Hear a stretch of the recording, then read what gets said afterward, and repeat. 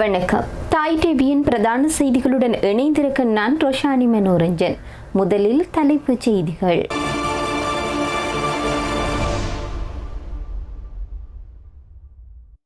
நாட்டு மக்களுக்கு ரணில் விக்ரமசிங்க வெளியிட்ட முக்கிய அறிக்கை. திரைசேரி மோசடி இணைய தாக்குதல் அல்ல, விசாரணையை தீவிரப்படுத்த ஹர்ஷ டி சில்வா வலியுறுத்தல். நெடுந்தீவு மக்கள் வீதிக்கிறங்க காரணம், கவலை வெளியிட்ட டக்ளஸ் தேவானந்தா. வங்கிக் கணக்கிற்குள் ஊடாக இடம்பெற்று திரைசேரி நிதி மோசடி, அமைச்சர் வெளியிட்ட தகவல். போர் நிறுத்த ஒப்பந்தத்தை மீறி லெபனான் மீது இஸ்ரேல் தாக்குதல். நடுக்கடலில் தீவிரமடையும் பதற்றம், ஈரானிய நிலக்கப்பற்படையை வழிமறித்த அமெரிக்க உலங்கு வானூர்திகள். இனி விரிவான செய்திகள்.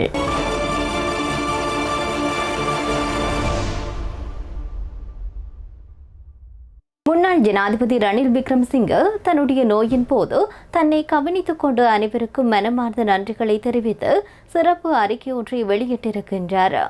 ரணில் விக்ரமசிங்க வெளியிட்ட சிறப்பு அறிக்கையில் மேலும் கூறப்பட்டுள்ளதாவது: தன்னுடைய நோய் வெளிப்பட்டதிலிருந்து அவருடைய நலம் விசாரித்தும் அவர் விரைவில் குணமடைய வாழ்த்தியும் பெறப்பட்ட தொலைபேசி அழைப்புகள் மற்றும் செய்திகளின் எண்ணிக்கை மிக அதிகமாக உள்ளது.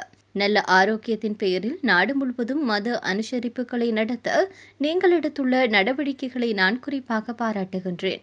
இலங்கை குடிமக்களாகிய நீங்கள் எடுத்துள்ள நடவடிக்கைகள் நான் விரைவாக குணமடைய பெரும் தைரியத்தை அளித்துள்ளன. குறிப்பாக ஐக்கிய தேசிய கட்சியின் உறுப்பினர்கள் தங்களால் இயன்றவரை எனக்காக உரிய நடவடிக்கைகளை எடுத்துள்ளனர் என்பதை நான் அறிவேன். என் மீது நீங்கள் காட்டிய அக்கறைக்கும் கவனத்திற்கும் நான் மீண்டும் ஒரு முறை நன்றி தெரிவித்துக் கொள்கின்றேன். அதற்காக என்னுடைய மனமார்ந்த நன்றியை தெரிவித்துக் கொள்கின்றேன் என்றும் தெரிவித்திருக்கின்றார். திரைசேரியில் இடம்பெற்றதாக கூறப்படுகின்ற நிதி மோசடியானது நுணுக்கமான இணையவழி தாக்குதல் அல்ல என்றும் அது அதிகாரிகளின் அடிப்படை அலட்சியத்தினால் உருவானது என்றும் எதிர்க்கட்சி நாடாளுமன்ற உறுப்பினரான ஹர்ஷ டி சில்வா தெரிவித்துள்ளார். பாரியளவிலான நிதி பரிமாற்றங்களின் போது பின்பற்றப்பட வேண்டிய முறையான நிதி தணிக்கைகள் மற்றும் கட்டுப்பாடுகள் இந்த விவகாரத்தில் முழுமையாக புறக்கணிக்கப்பட்டுள்ளது என்று அவர் சுட்டிக்காட்டினார். இது தொடர்பில் ஊடகங்களுக்கு கருத்து தெரிவிக்கும் போது அவர் இவ்வாறு குறிப்பிட்டார். மில்லியன் கணக்கான ரூபாய்களை பரிமாற்றம் செய்வதற்கு முன்னதாக சம்பந்தப்பட்ட வங்கிக் கணக்கை உறுதிப்படுத்துவதற்காக ஒரு சிறிய தொகையை அனுப்பி சரிபார்க்கும் வழக்கமான நடைமுறை ஏன் பின்பற்றப்படவில்லை? பணப்பரிமாற்ற அறிவுறுத்தல்கள் மற்றும் வங்கிக் கணக்கு விவரங்கள் ஆகியவை மூல ஒப்பந்தங்களுடன் ஒப்பிட்டு சரிபார்க்கப்பட்டிருக்க வேண்டும். இத்தகைய அடிப்படை பாதுகாப்பு நடைமுறைகள் ஏனைய இடங்களில் பொதுவாக பின்பற்றப்படுபவை. பொதுமக்களின் பணம் இவ்வாறு இழைக்கப்பட்டுள்ள நிலையில் இதனை வெறுமனவே பணம் காணாமல் போன ஒரு சம்பவமாக தட்டி கழிக்க முடியாது. இதற்கு பொறுப்பான அதிகாரிகள் உரிய பொறுப்பை ஏற்க வேண்டும்.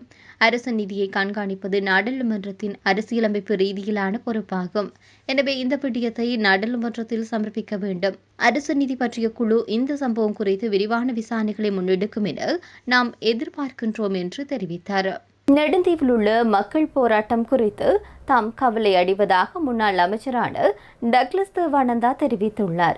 நெடுந்தீவு மக்களின் போராட்டம் தொடர்பில் அவர் கருத்து தெரிவித்த போது இந்த விடயத்தை தெரிவித்திருக்கின்றார். பிரச்சனைகளுக்கான தீர்வுகளை பெற்றுக் கொள்வதற்கு அல்லது அதற்கான சூழ்நிலையை ஏற்படுத்திக் கொள்வதற்கு பல முயற்சிகளை செய்தும் அது கைகூடாத நிலையில் அல்லது அவ்வாறான ஏது நிலை உருவாக்கலில் ஏற்பட்டிருக்கக்கூடிய இயலாமையில் தான் நெடுந்தீவு மக்கள் ஒன்றிணைந்து கவனஈர்ப்பு போராட்டத்தை நடத்தியிருந்தார்கள். இது அவர்களின் இறுதி அஸ்திரமாகவே இருக்கும். இவ்வாறான நிலை அந்த மக்களுக்கு வந்தமையிட்டு நான் கவலையடைகின்றேன். தற்போது ஆட்சி மாற்றம் ஏற்பட்டதன் பின்னர் நெடுந்தீவு மக்கள் தமக்கான தேவைகளை பெற்றுக்கொள்ள குறிப்பாக தொடர்பு கொண்டு தமக்கான தீர்வுகளை பெற்றுக்கொள்வதற்கு அல்லது அதற்கான சூழ்நிலையை ஏற்படுத்திக் கொள்ள பல முயற்சிகளை செய்தும் அது கைகூடாதபடியினால் இந்த கவனஈர்ப்பு போராட்டத்தை நேற்று நடத்தியிருந்தனர். இது அவர்களின் ஜனநாயக உரிமையும் கூட. 90களின் ஆரம்பத்தில் தீவக பகுதிக்குள் அரச படையினரால் விடுவிக்கப்பட்ட பின்னர் அன்றைய அரசு சக தமிழ் கட்சிகளுக்கு மக்கள் பணிகளில் ஈடுபட வருமாறு அழைப்பு விடுத்திருந்தது. ஆனால் அன்று எந்த கட்சிகளும் அதற்கு முன்வரவில்லை. அதன் பின்னரே எமக்கு அழைப்பு விடுக்கப்பட்டிருந்தது. அதை ஏற்று நாம் அங்கு சென்றிருந்தோம். அப்போது அங்கு வாழ்ந்த மக்கள் எதிர்கொண்ட அனைத்து பிரச்சினைகளுக்கும் தீர்ப்பு பெற்றுக் கொடுக்க வேண்டிய பெரும் பொறுப்பு எமக்கு இருந்தது. அவற்றை அனைத்து வழிகளிலும் செய்து மக்களுக்கு ஒரு பாதுகாப்பான அமைதியான வாழ்வியலை ஏற்படுத்தி கொடுத்திருக்கின்றோம். குறிப்பாக நெடுந்தீவை சேர்ந்த மக்கள் தம்முடைய மூத்த பிரதிநிதிகளூடாக எம்மை சந்தித்திருந்தார்கள். இதன்போது தாம் பட்டினியில் எல்லையில் இருக்கின்றோம் என்றும் தமது வாழ்க்கையை பாதுகாத்து தருமாறு அழைப்பு விடுத்திருந்தார்கள். அவர்களின் அழைப்பின் பேரில் தான் நாம் நெடுந்தீவு சென்றிருந்தோம். அதே நேரம் நாம் செல்லும் போதும் பாதுகாப்பு தரப்பினர் எம்முடன் வந்திருக்கவில்லை. நாம் தனியாக சென்றுதான் அந்த மக்களின் துயரங்களுக்கு தீர்வு பெற்றுக் கொடுத்திருந்தோம். இதே நேரம் படைத்தரப்பு ஏனைய தரப்பினரோ அங்கு சென்றிருந்தால் தமக்கு எதிரான தரப்பினரை பழிவாங்கியிருந்திருக்கலாம். இதனூடாக உயிரிழப்புகளும் ஏற்பட்டிருக்கலாம். ஆனால் எனது தலைமையில் எமது கட்சி உறுப்பினர்கள் அங்கு சென்றிருந்தமையினால் ஏதோ ஒரு உயிரிழப்போ பழிவாங்கலோ ஏற்பட்டிருக்கவில்லை. குறிப்பாக நெடுந்தீவு மக்கள் தம்முடைய எந்த பிரச்சனையினாலும் சரி, குறிப்பாக காய்ச்சல் வந்தால் கூட அதற்கான தீர்வை பெற முக்கிய தொடர்புகளை பெற்றுக்கொள்வார்கள். ஆனால் சமீப காலமாக குறிப்பாக ஆட்சி மாற்றம் ஏற்பட்டதன் பின்னர் அந்த மக்களுடன் யாருடனும் தொடர்பு கொண்டு தமக்கான தீர்வுகளை பெற அல்லது சூழ்நிலையை ஏற்படுத்திக் கொள்ள இயலாமையினால் பல முயற்சிகளை செய்யும் அது கைகூடாதபடியினால் ஒரு கவனஈர்ப்பு போராட்டத்தை நேற்று நடத்தியிருக்கின்றார்கள். சமீபத்தில் கூட எமது கட்சியின் நெடுந்தீவு பிரதேச சபை உறுப்பினர்கள் வடக்கின் ஆளுநரை சந்தித்து நெடுந்தீவு மக்கள் மட்டுமல்லாது கால்நடைகள் எதிர்நோக்கும் குடிநீர் பிரச்சினைகளுக்கான தீர்வுகளை சுட்டிக்காட்டி தீர்வை வழங்குமாறு கோரியிருந்தனர். அதற்கு ஆளுநரும் சாதகமான பதிலை வழங்கியிருந்தார். அந்த வகையில் தற்போதைய போக்கின்படி பார்த்தால் என்ன நடக்கும் என்பதை பொறுத்திருந்துதான் பார்க்க வேண்டும். இதே நேரம் கடந்த காலங்களில் சரியான கையாளப்படவில்லை என்றும் சிலர் குற்றச்சாட்டுகளை முன்வைக்கலாம். ஆனால் நாம் எங்களால் முடிந்தளவு அந்த மக்களுக்கான சேவைகளை செய்திருக்கின்றோம். இது அங்கு வாழும் பிரதேச மக்களுக்கு நன்கு தெரியும் என்று தெரிவித்தார். திரைசேரியில் இடம்பெற்றதாக கூறப்படுகின்ற நிதி மோசடியானது கணினி கட்டமைப்புக்குள் ஊடுருவி மேற்கொள்ளப்பட்டுள்ள ஹேக்கிங் அல்ல. இது மிகவும் நுணுக்கமான முறையில் மின்னஞ்சலூடாக முன்னெடுக்கப்பட்டுள்ள ஆள்மாறாட்ட மோசடி என்று டிஜிட்டல் பொருளாதார பிரதி அமைச்சர் எரங்க வீரரத்ன தெரிவித்துள்ளார். இந்த மோசடி குறித்து ஊடகங்களிடம் அவர் தெரிவித்ததாவது: சர்வதேச நிறுவனம் ஒன்றின் பெயரை போன்று தோற்றமளிக்கும் வகையில் போலியான இணையதள முகவரி மற்றும் மின்னஞ்சல் முகவரிகளை மோசடியாளர்கள் உருவாக்கியுள்ளனர். இந்த நிறுவனத்தின் உண்மையான அதிகாரிகளின் பெயர்களை பயன்படுத்தி திரைசேரி அதிகாரிகளை தவறாக வழிநடத்தி பணப்பரிமாற்றத்திற்கான அனுமதியை பெற்றுள்ளனர். இதனூடாகவே அரசு நிதி மோசடி செய்யப்பட்டுள்ளது.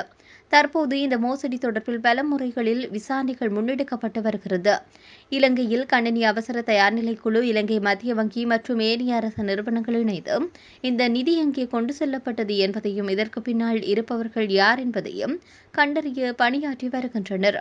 பணப்பரிமாற்றம் வங்கிகளுக்குள் ஊடாகவே நடைபெற்றுள்ளதால் அந்த பணத்தடயங்கள் வைத்து இழந்த நிதியை மீண்டும் மீட்க முடியும் என நாம் எதிர்பார்க்கின்றோம் என்று பிரதி அமைச்சர் வீரரத்ன தெரிவித்துள்ளார்.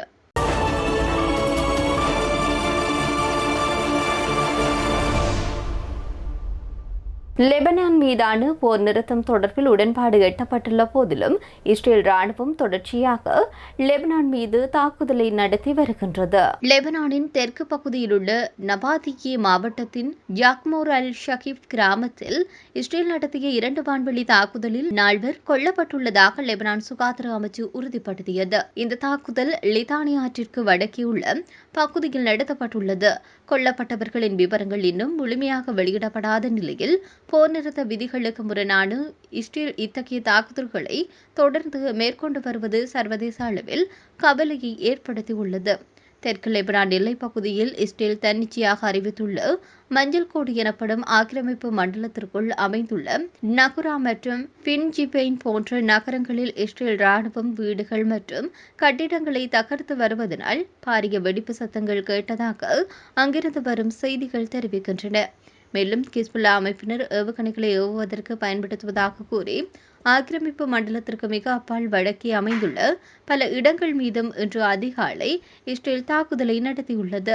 ஈரானுடைய நிழல் கடற்படையை அரபிக்கடலில் வைத்து அமெரிக்க கடற்படை சனிக்கிழமையன்று வழிமறித்துள்ளதாக தெரிவிக்கப்படுகிறது. அமெரிக்க மத்திய கட்டளை பீடம் இதனை அறிவித்துள்ளது. ஈரானின் எரிசக்தி மற்றும் எண்ணெய் பொருட்களை சர்வதேச சந்தைக்கு கடத்துவதாக குற்றம் சுமத்தப்பட்டு அமெரிக்காவினால் தடை செய்யப்பட்ட கப்பலே இவ்வாறு வழிமறிக்கப்பட்டுள்ளது. செவன் என்ற கப்பல் அமெரிக்க பாதுகாப்புடன் ஈரானுக்கு திரும்புமாறு உத்தரவிடப்பட்டுள்ளதாக அமெரிக்க மத்திய கட்டளை பிரிவு கூறியது. இதே வழியில் அமெரிக்க ஏவுகணை அழிப்பு கப்பலில் இருந்து புறப்பட்ட உலங்கு வானூர்தியின் மூலம் இந்த இடைமறிப்பு மேற்கொள்ளப்பட்டுள்ளது. அமெரிக்க கடற்படையின் உத்தரவுக்கு இணங்க கப்பல் தற்போது ஈரானை நோக்கி திரும்பி விடப்பட்டுள்ளதாகவும் குறித்த கப்பல் தற்போது உத்தரவுக்கு கீழ்ப்படிந்து வருவதாகவும் சென்ட்கோம் தெரிவித்துள்ளது. ஈரானின் துறைமுகங்களுக்குள் நுழையும் அல்லது வெளியேறும் கப்பல்களுக்கு எதிரான அமெரிக்க தடைகளை அமெரிக்க படைகள் தொடர்ந்து நடைமுறைப்படுத்தி முற்றுகையை முழுமையாக செயல்படுத்தி வருகின்றன என்றும் சென்ட்கோம் தெரிவித்துள்ளது. ஈரானிய துறைமுகங்கள் மீதான அமெரிக்க முற்றுகை தொடங்கியதிலிருந்து இது 37வது இடைமறிப்பு என்று அமெரிக்க மத்திய கட்டளை பிரிவு அறிவித்துள்ளது.